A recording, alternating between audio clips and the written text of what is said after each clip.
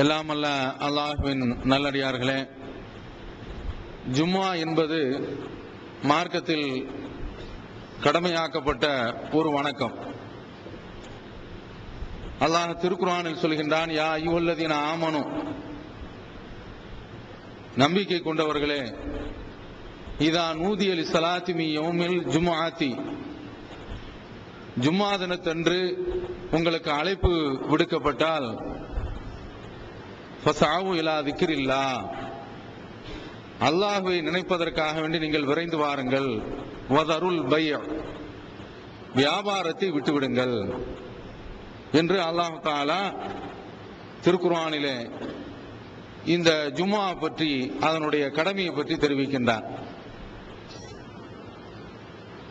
ஜும்மாவிற்கு பாங்கு சொல்லப்பட்டு விட்டால் அதற்கு பிறகு வியாபாரம் கூடாது, அது தடை செய்யப்பட்ட ஒன்று. அவர்கள் ஜும்மாவுக்கு விரைந்துவிட வேண்டும், வியாபாரத்தை விட்டுவிட்டு அந்த வியாபாரிகள் ஜும்மாவிற்கு வேகமாக வந்துவிட வேண்டும் என்று அல்லாஹ் தஆலா சொல்கின்றார்.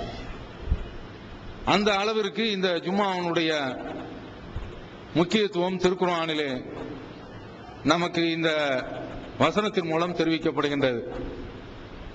யூதர்களுக்கு அல்லாஹ் தஆலா சனிக்கிழமையை புனித நாளாக ஆக்கி வைத்திருந்தார். அந்த நாளிலே அவர்கள் மீன்பிடிக்க செல்லக்கூடாது என்று ஒரு தடையும் போட்டிருந்தார். ஆனால் அவர்கள் அந்த சனிக்கிழமை என்று தடையை மீறி செல்கின்றார்கள். அதனால் அல்லாஹ் அவர்களை குரங்காக மாற்றிவிட்டோம் என்று திருக்குர்ஆனிலே குறிப்பிடுவதை நாம் பார்க்க முடிகின்றது. இந்த வசனங்களில் இருந்து நாம தெரியக்கூடிய விஷயம், ஜும்மா கடமையான ஒன்று, அதுல நாம அலட்சியமாக இருக்கக்கூடாது. எவ்வளவு பெரிய லாபமாக இருந்தாலும் சரிதான், அந்த வியாபாரத்தை விட்டு வந்துவிட வேண்டும். இந்த ஜும்மாவிலேயே அல்லாஹ் தஆலா சூரத்துல் ஜும்மா என்ற அந்த அத்தியாயத்திலேயே கடைசியிலே அல்லாஹ் குறிப்பிட்டு காட்டுகின்றான், وَإِذَا رَأَوْا تِجَارَةً أَوْ لَهْوًا انفضوا إِلَيْهَا وَتَرَكُوكَ قَائِمًا, அவர்கள் வியாபாரத்தையோ அல்லது கேளிக்கையோ கண்டுவிட்டால் உங்களை அப்படியே நிற்க விட்டுவிட்டு அந்த வியாபாரத்தின் பக்கம் சென்று விடுகின்றார்கள். குல்மா இந்தல்லாஹி கைரும் மினல் லஹ்வி ஜாரா, அல்லாஹ்விடத்தில் இருப்பதுதான் மிகவும் சிறந்தது, வியாபாரத்தை விட, வீண் கேளிக்கையை விட சிறந்தது என்று அல்லாஹ் தஆலா திருக்குர்ஆனில் நபி ஸல்லல்லாஹு அலைஹி வஸல்லம் அவர்கள் மதீனாவில் பள்ளிவாசல் ஜும்மா நடத்தி கொண்டிருக்கும் போது, உரையாற்றி கொண்டிருக்கும் போது அப்படியே சஹாபாக்கள் கிளம்பி போயாராங்க. அதை கண்டிக்கின்றான். அவன் அந்த ஜும்மா என்பது, அதில் ஆற்றப்படக்கூடிய உரை என்பது மிகவும் முக்கியமான ஒன்று. அதுல அலட்சியம் காட்டக்கூடாது. வியாபார கூட்டம் வரும், வணிக கூட்டம் வரும், லாபம் தரக்கூடிய, பொருளாதாரம் ஈட்டக்கூடிய மிகப்பெரிய ஒரு வாய்ப்பு நமக்கு கிடைக்கும் என்றால் அதையெல்லாம் விட்டுவிட்டு இந்த ஜும்மாவுக்கு தான் நீங்கள் கவனத்தை கொடுக்க வேண்டும். இந்த ஜும்மா ஃபைதா குலியத்திஸ் ஸலாத்து, தொழுகை முடிஞ்சிருச்சா, ஃபந்தஷிரு ஃபில் அர்த், நீங்கள் பூமியில் விரைந்து செல்லுங்கள். வப்தகு மின் ஃபضலில்லாஹ், அல்லாஹ்வுடைய அருளை நீங்கள் தேடுங்கள் என்று அல்லாஹ் தஆலா அதே ஜும்மா சூராவிலே, ஜும்மா என்ற அத்தியாயத்திலே நமக்கு குறிப்பிடுகின்றார். அதனால இந்த ஜும்மா என்பது ரொம்பவும் முக்கியமான ஒன்று. இந்த ஜும்மா தமிழகத்தில் எப்படி இருந்தது? இவ்வளவு பெரிய உரை என்று வருகின்ற போது மெம்பர்ல இமாம் ஏறிய உடனே, நம் தமிழகத்தினுடைய அந்த வழக்கம் எப்படி அமைஞ்சிருக்கிறது? ஷாஃபி மதுஹபிலே நீங்கள் பார்த்தீர்கள் என்றால், இதா சாயிதல் ஹத்தீபு அலல் மெம்பர், ஹத்தீப் மெம்பரிலே ஏறிவிட்டால் என்று சொல்லும் போது ஹத்தீப் அங்கிருந்து உள்ள வருவார். மாஷர் அப்படின்னு சொல்லி ஒன்னு வாசிப்பாங்க. மோதினுடைய கையில ஒரு கைத்தடி ஒன்று இருக்கும், அல்லது வாள் ஒன்று இருக்கும், ஒரு தாளை வச்சு வாசிப்பார்.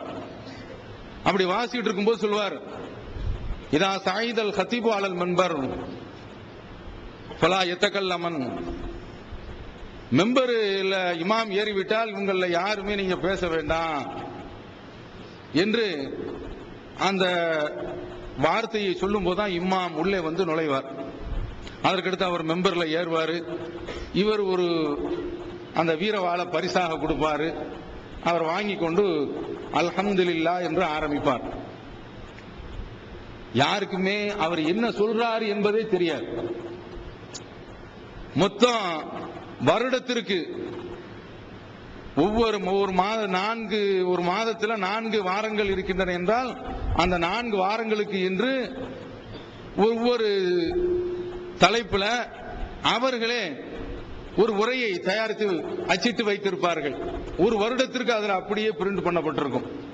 அதுல வரும் அல்லாஹும்ம அய்யிது ஹாத சுல்தான ஹாத அல்லாஹும்ம அய்யிது சுல்தான ஹாத ஜமான் ஹாக்கான் இப்னு ஹாக்கான் அப்படிம்பாங்க.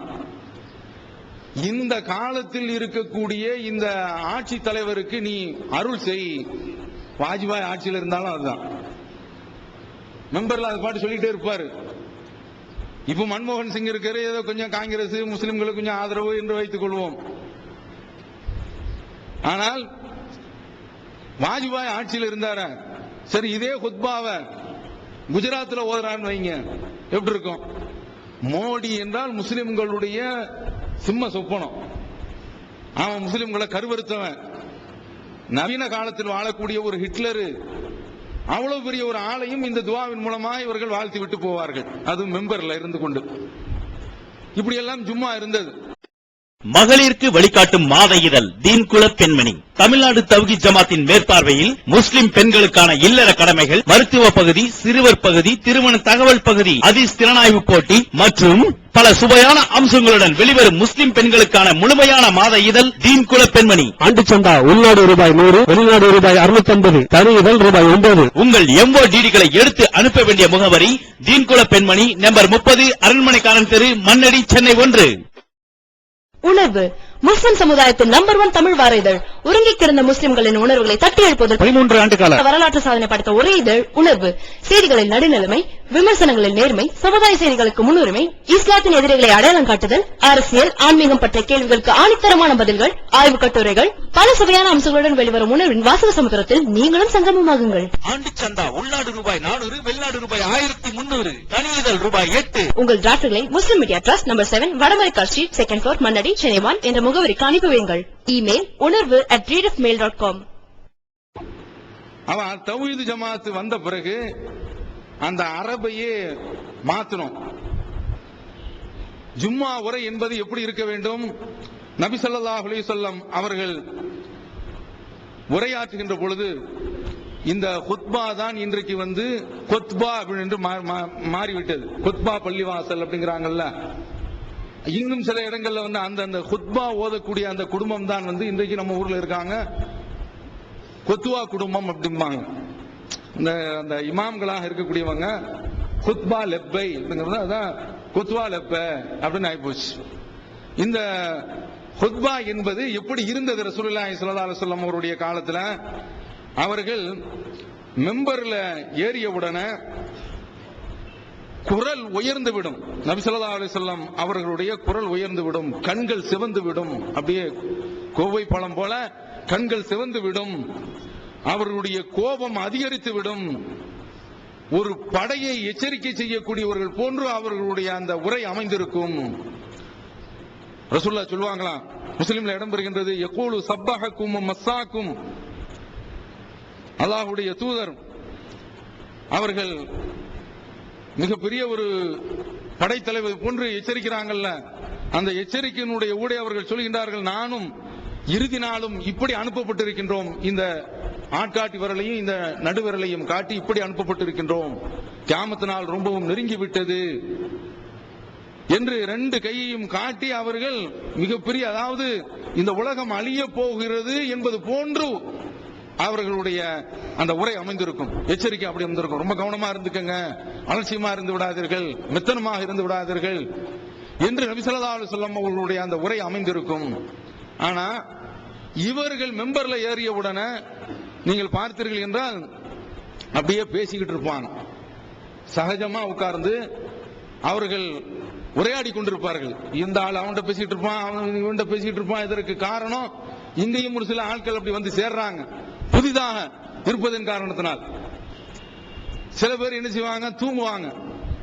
தூக்கம் எப்படியா, அதாவது அந்த தலையை ஆட்டிக்கிட்டு அந்த உரையில வந்து ரொம்ப காந்த ஒரு ஈர்ப்புல இருக்கிற மாதிரி நல்ல தலையை ஆட்டி அப்படி அந்த ரசனையோட கேட்கிறாங்களா, அப்படி இருக்கும். சரி, இப்படி இருந்தா கூட பரவாயில்ல, ஷைத்தான் வந்து அமுக்குவான். ஆனா பக்கத்துல உட்கார்ந்து பேசிக்கிட்டு இருப்பாங்க. ஒரு ஆளு ரசூலுல்லாஹி ஸல்லல்லாஹு அலைஹி வஸல்லம் அவர்கள் சொல்றாங்க, நீ பக்கத்தில் இருக்கக்கூடிய ஆளை பார்த்து அன்சித், மௌனமாக இரு என்று சொன்னால் பக்கத்தில் அகவுத்த, உன்னுடைய ஜும்மா பாலா போயிடுச்சு ரசூலுல்லாஹ் சொல்றாங்க.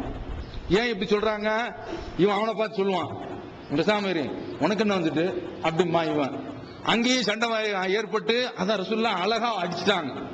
குத்பா உரை நடக்கும் போது, சொற்பொழிவு ஆற்றும் போது, இமாம் பேசிக் கொண்டிருக்கும் போது நீங்க ஒரு ஆளை பார்த்து சொல்லாதீங்க, இமாம் சொல்லிக்கிறார். அந்த அளவிற்கு அந்த உரை கவனிக்கப்பட வேண்டும். இவன் அரபியில இருந்தா இவனுக்கு என்ன விளங்கும்? அதனாலதான் சமுதாயமே கெட்டு போனதற்கு அதுதான் காரணம். வீணாக போன வெள்ளி மேடைகள். இந்த ஜும்மாவில தான் அந்த கருத்துக்களை சொல்லணும். இதுல சில இடங்கள்ல கொஞ்சம் போல மற்ற இப்போதும் நீங்கள் பள்ளியில் பார்த்தீர்கள் என்றால் குத்பா பள்ளி உட்பட ஒரு அரை மணி நேரம் கீழே இருந்து உரையாற்றுவாங்க, சடங்கு மாதிரி. அதற்கு பின்னால மெம்பர்ல ஏறி கொஞ்ச நேரம் பயானு. இது என்ன முறை? இது ரசூலுல்லாஹ் வந்த உடனே மெம்பர்ல ஏறுவாங்க, பாங்கு சொல்லப்படும், உரையாற்றுவார்கள்.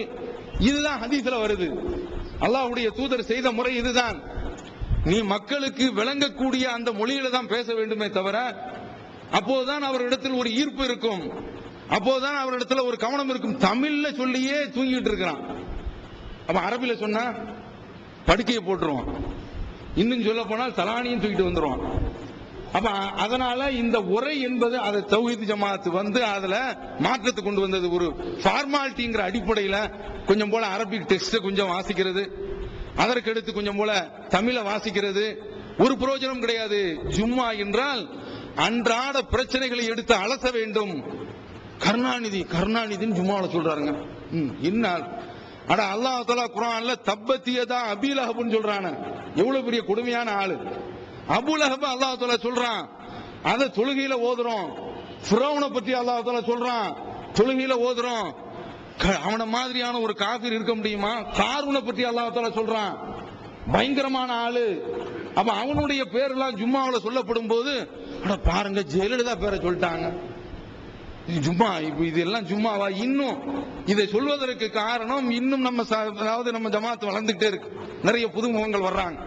இது நான் இந்த ஜும்மாவை பற்றி ஆற்றிய உரை, பிஜே அவர்கள் கூட இங்க வந்து இந்த ஜும்மாவை பற்றியே உரையாற்றினார்கள். அதெல்லாம் பத்தி 20 வருஷம் இருக்கும். அவ்வளவு காலம் ஆகி போச்சு, நீண்ட காலம் ஆகி போனதுனால அதையெல்லாம் திரும்ப திரும்ப மக்களிடத்தில் நினைவுபடுத்திக் கொண்டே இருக்க வேண்டும். நம்முடைய சகோதரர் கூட நினைக்கலாம், சிலை திறப்புக்கு ஒரு ஆள் வர்றாரு, அதையும் ஜும்மாவில் பிடிச்சு கண்டிக்கணும், இது நமக்கு தேவையா என்று கூட நினைக்கலாம். அப்படி கிடையாது. தௌஹீதுங்கிற பேரு இப்ராஹிம் அலைஹிஸ்ஸலாம் அவர்கள் அவர்களுடைய கொள்கையை தாங்கி இருக்கக்கூடிய பேரு தான் அந்த தௌஹீது. அதை சொல்லிக்கிட்டு ஒருவன் சிலை திறப்புக்கு போகின்றான் என்றால் சும்மா விட மாட்டோம், கீறி கிழித்து விடுவோம். எதற்கு? அதாவது இது வந்து என்ன சொல்றாங்கன்னா, சமீபத்தில் காவல்துறையில ஒரு கலந்துரையாடல் மாதிரி நடந்துச்சு. அதுல எல்லாருமே மசூத் ரஹ்மானுடைய அந்த ஜும்மாவை பற்றி தான் காவல்துறையில புகார் செய்றாங்க. பள்ளிவாசல்ல பாருங்க, தனிநபர் விமர்சனம் செய்கின்றார்கள். வா, தைரியமா எப்ப அப்படி பேசுறானோ நேரடியா அங்க வந்து சொல்லு. தனிநபர் விமர்சனம்ங்கிறது எப்படி செய்யறங்கிறத சொல்லு, நேருக்கு நேரா பேசுவோம். காவல்துறையில போய் சொல்றாங்க, பள்ளிவாசல பேசுறாங்க பாருங்க, அப்படித்தான் பேசுவோம். உயிர் அடங்கினாலும் சரிதான், சத்தியம் என்று வருகின்ற பொழுது எந்த கொம்பனுக்கும் இந்த ஜமாத் பயப்படாது, சத்தியத்தை சொல்லுவோம். காவல்துறை சொன்னதுனால நிறுத்தணும்னு நினைக்கிறீங்களா? சட்டத்துக்கு உட்பட்டது, சட்டத்துக்கு உட்பட்டு எதையும் பேசலாம்.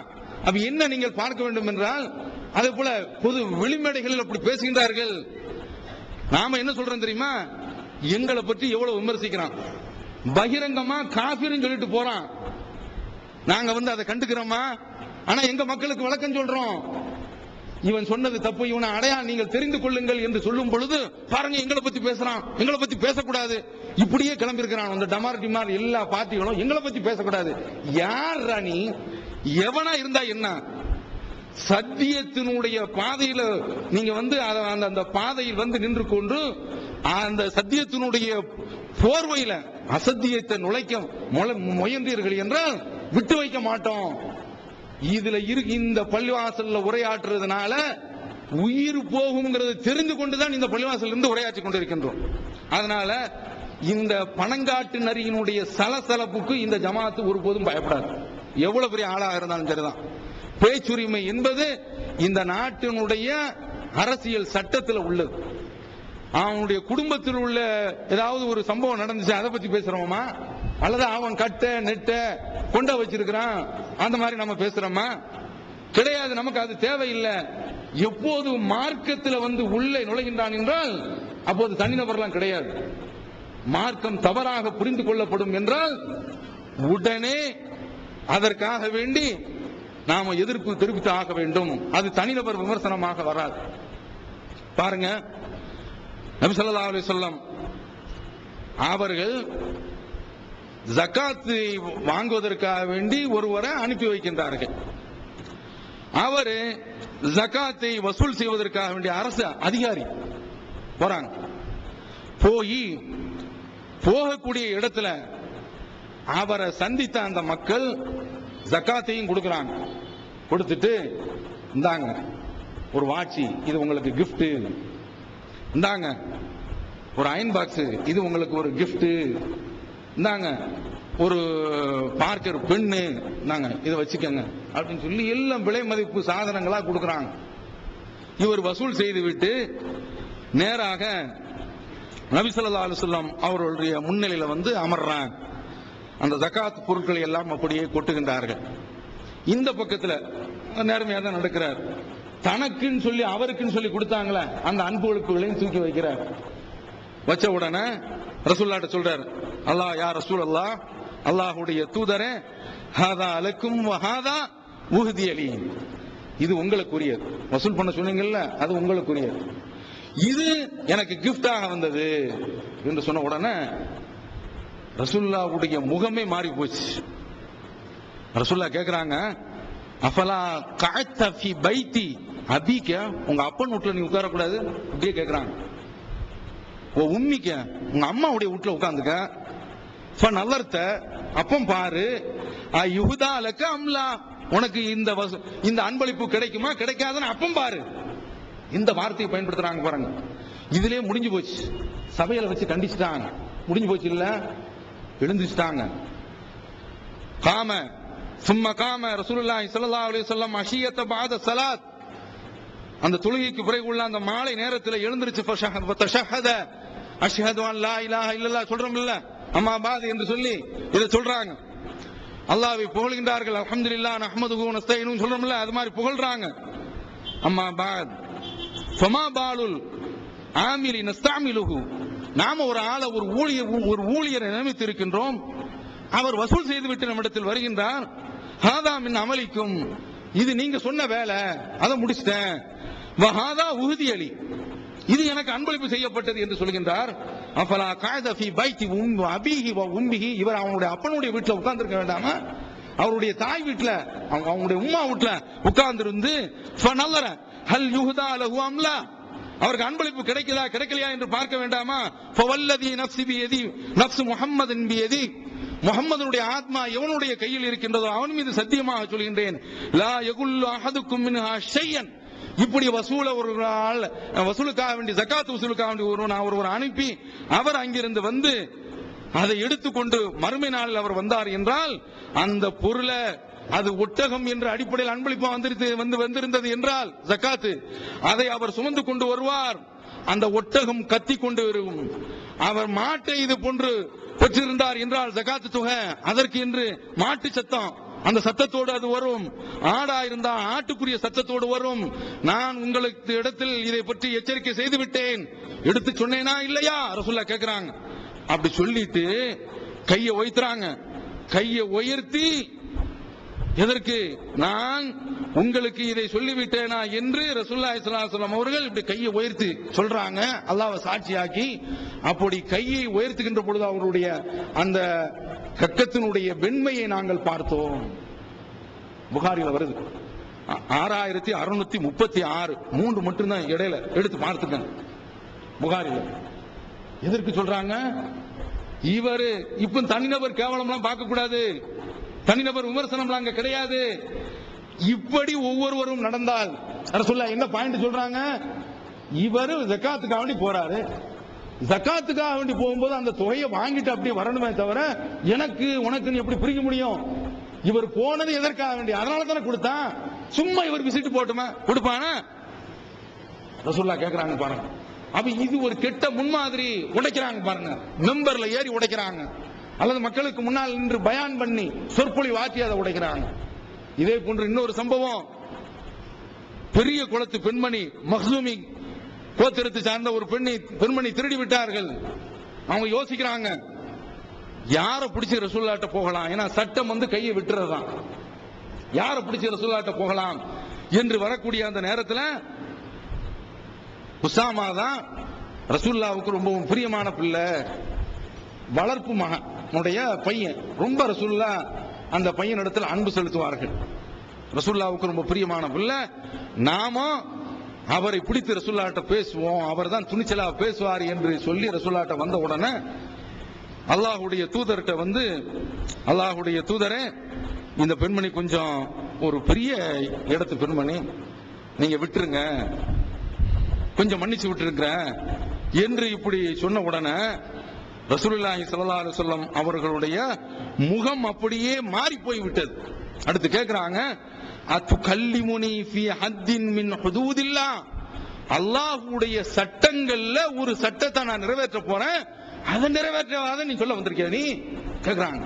அப்படியே முகமெல்லாம் மாறி போய் உடல்ல இப்படி ரசூலுல்லாஹ்வுடைய முகம் மாறி போனவன இஸ்தக்ஃபிர்லி யா ரசூலல்லாஹ், அல்லாஹ்வுடைய தூதரை எனக்காக வேண்டிய அல்லாஹ்விடத்தில் நீங்கள் பாவ மன்னிப்பு தேடுங்கள், நான் பெரிய தப்பு செய்துட்டேன், தவறான ஒரு காரியத்திற்கு வந்து விட்டேன் என்று சொன்ன உடனே முடிஞ்சு போச்சு. இல்ல விட்டாங்களா ரசூலுல்லாஹ்? இல்ல, எழுந்திருச்சாங்க. காம ரசூலுல்லாஹி ஸல்லல்லாஹு அலைஹி வஸல்லம் ஹதீபன், உரையாற்றக்கூடிய வகையிலே ரசூலுல்லாஹி ஸல்லல்லாஹு அலைஹி வஸல்லம் எழுந்திருத்து ஃபாத்னா அலல்லாஹ், அல்லாஹ்வை புகழ்ந்து, அம்மா பாத், இந்த புகழுக்கு பின்னால் உங்களிடத்தில் நான் செய்தியை சொல்கின்றேன்.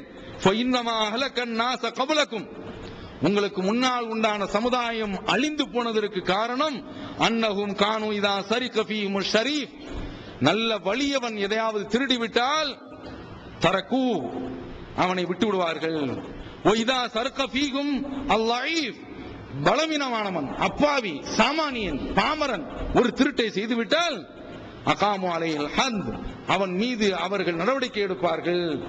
வல்லதி நஃப்சு முஹம்மதின் பியதி, என்னுடைய ஆத்மா எவனுடைய கையில் இருக்கின்றதோ, முகமதுடைய ஆத்மா எவனுடைய கையில் இருக்கிறதோ அவன் மீது சத்தியமாக சொல்கின்றேன், லவ் அன்ன ஃபாத்திமத பின்த் முஹம்மதின் சரகத் லகதஅது யதஹா, இந்த முகம்மதுடைய மகள் ஃபாத்திமா திருடி இருந்தாலும் அவளுடைய கையை துண்டிச்சு எரிஞ்சிருவேன் அப்படிங்கிறான். பாருங்க, அவன் என்ன இவங்களை பத்தி சொல்றாங்க. பின்னால இந்த பெண்மணி திருந்தி கையில்லாமலே ரசூலுல்லாஹ்ட்ட வர்றாங்களாம். அந்த பெண் நல்லா திருந்திட்டாங்கிற தகவலை நான் ரசூலுல்லாஹ்ட்ட நான் சொன்னேன் அப்படிங்கிறாங்க. இந்த செய்தியும் புகாரில இடம் பெற்றிருக்குது. 3403. இங்க என்ன பார்க்கிறோம்? தனிநபர் விஷயம், தனிநபர் விமர்சனம் பார்க்கறாங்களா? மார்க்கத்துக்குள்ள நுழையறாங்க. ரசூலுல்லாஹ் உடனே கிளம்பியாராம். அப்ப அதனால இதெல்லாம் தனிநபர் விமர்சனத்துல வராது. மார்க்கத்தில் ஒருவர் தவறான முறையில ஒருவர் விளங்கி கொண்டு அதுதான் மார்க்கம் என்று சொல்ல ஆரம்பித்தால் அது ஒரு கிட்ட ஒரு முன்மாதிரி ஆயிரும். இவ இந்த சிலத்திறப்பு விழாக்கு போறாங்க, பேரே சிலத்திறப்பு.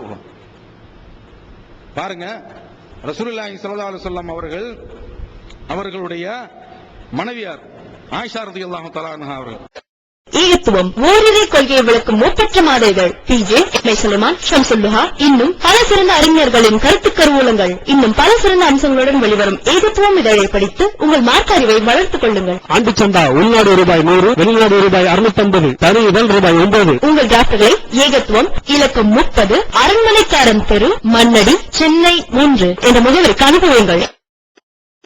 திருக்குரான் தமிழாக்கம் பி ஜெயினலாபிதீன். அனைவருக்கும் புரியும் எளிய நடை. தேவைப்படும் வசனங்களுக்கு தெளிவான விளக்கங்கள். கலை சொற்களின் விளக்கங்கள். திருக்குரான் எவ்வாறு அருளப்பட்டது, எவ்வாறு தொகுக்கப்பட்டது என்பது குறித்து முழுமையான விளக்கம். நபிகள் நாயகம் ஸல்லல்லாஹு அலைஹி வஸல்லம் காலம் முதல் இன்று வரை குர்ஆன் பாதுகாக்கப்பட்ட வரலாறு. திருக்குரான் இறைவனின் வார்த்தைகள் என்பதற்கான அடுக்கடுக்கான ஆதாரங்கள். முந்தைய பதிப்புகளை விட மெருகூட்டப்பட்ட செய்திகள், கூடுதலான பக்கங்கள்.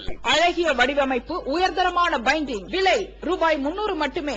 வெளியீடு மூன் பப்ளிகேஷன், நம்பர் 83/3, முதல் மாடி, மூர்தரு, மண்ணடி, சென்னை 1. போன் 65690810. அவங்க வீட்டுக்கு வர்றாங்க. வந்த ரசூலுல்லாஹி ஸல்லல்லாஹு அலைஹி வஸல்லம் அவர்கள் உள்ளேயே போகல, முகம்லாம் மாறி போய் இருக்குது. அப்ப உடனே ஆயிஷா கேக்குறாங்க, நான் என்ன தப்பு செய்துட்டேன் சொல்லும்போது, ஒரு திரைச்சியில அதுல உருவப்படம் இருக்கு, இது மாதிரி இருக்கக்கூடிய வீட்டுக்குள்ள நான் வர முடியாது அப்படிங்கிறாங்க. அதற்கு பிறகு அது கிழிக்கப்பட்ட பிறகுதான் ரசூலுல்லாஹி ஸல்லல்லாஹு அலைஹி வஸல்லம் அவங்களே தன்னுடைய கையால பிடிச்சு கிழிக்கிறாங்க. பாக்குறோமா? இது ஒன்று. அடுத்தது இதே போன்று ஃபாத்திமா ரலியல்லாஹு தஆலா அவருடைய வீட்டிற்கு வர்றாங்க. இதே போன்ற ஒரு தலை, இதுவும் புகாரில தான் இடம்பெற்றிருக்குது. இப்போது சொல்கின்றேனே, அதுவும் புகாரில் தான் இடம்பெற்றிருக்கின்றது. வர்றாங்க, இதே போன்று உருவப்படம், வித்தியாசமான டிசைன், தோற்றம், இதெல்லாம் பார்த்து விட்டு அப்படியே திரும்ப போயிடறாங்க. ஃபாத்திமா ரலியல்லாஹு தஆலா அவர்கள் துடிக்கின்றார்கள். வந்த தகப்பனார் ஏன் திரும்ப போனார்கள்? அலி ரலியல்லாஹு தஆலா அனுப்புறாங்க. எனக்கும் இது போன்ற ஆடம்பரத்துக்கும் என்ன வந்து விட்டது? ரசூலுல்லாஹ் துடிக்கிறாங்க. என்ன இது? இது மாதிரியான ஒரு அலங்கார திரைச்சீலை, இது போன்று உருவம் வரையப்பட்ட திரைச்சீலை எதற்கு அப்படின்னு சொல்லி கேட்கிறாங்க. என்ன செய்யணும்னு சொல்லி ஃபாத்திமா ரலியல்லாஹு வீட்டுக்கு வந்துட்டாங்க. இதனால தான் திரும்ப போயிட்டாங்களா? வீட்டுக்கு வந்துட்டாங்க. திரும்ப போய் நான் என்ன செய்யணும் அதை கேட்டுவாங்க.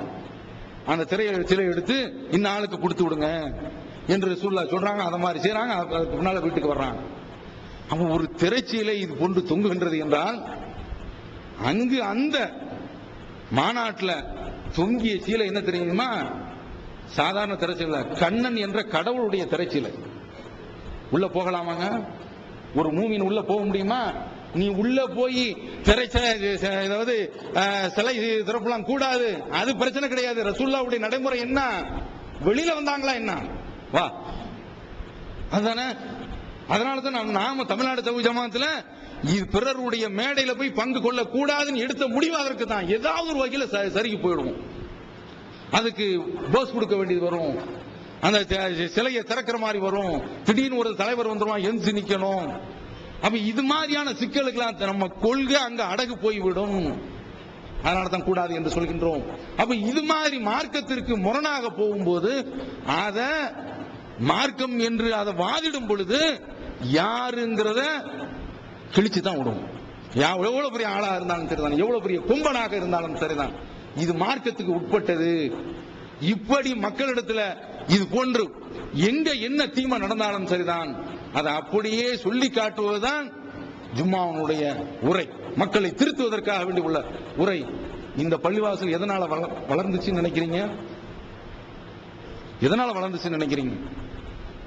வைக்கக்கூடிய இடத்திலாம் முதல்ல கீழ்த்தளத்துல இருந்தோம், ஒரு தெருவுல ஒரு வீட்டுல இருந்தோம், அங்க கூட்டம் நிறைஞ்சி, அப்புறம் இங்க வந்தோம், இங்க நிறைஞ்சிச்சு, பக்கத்துல நிறைஞ்சி, மேல நிறைஞ்சி, இன்னும் நிறைஞ்சிட்டு தான் இருக்குது. வெயில நின்று மக்கள் தொழுதுட்டு இருக்காங்கன்னா என்ன இந்த உரையினுடைய தன்மை? அது யார் உரையாற்றுறாங்கிறது அல்ல, யார் பேசினாலும் இங்கு தயவுதாட்சியம் என்று சத்தியத்தை எடுத்து வைக்கிறாங்க. அதான காரணம். அப்ப அதனால ஜும்மா உரை என்பது இருக்கின்றது, அது மக்களுக்கு தெரிந்த மொழியில இருக்கணும், விளங்கக்கூடிய வகையில இருக்கணும்.